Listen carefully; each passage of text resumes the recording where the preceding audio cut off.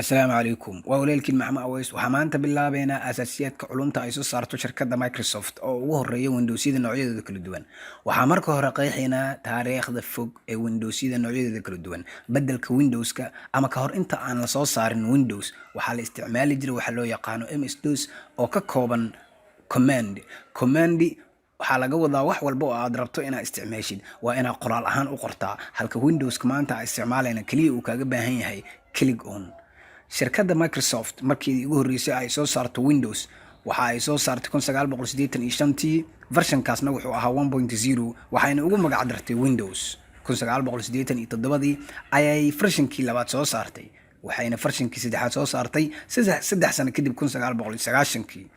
5 sano kadib waxa ay soo saartay version-kii afraad laakiin magacii ay ka bedeshay waxayna u bixisay Windows 95 maadaama la soo saaray 1995 1998 waxa ay mar kale bedeshay magaca Windows-ka oo ay u bixisay Windows 98 labadii kun ay haddana version kale soo saartay ka oo ay ugu magac dartay Windows 2000 labadii kun iyo kowgii waxa soo baxay Windows lagu magacaabo XP November 2006 waxa soo baxay Windows isna magaciisa ah Windows Vista October 2009 waxa mar kale soo baxay Windows la magac baxay Windows 7 August 2012 waxa la soo saaray Windows magaciisu uu yahay Windows 8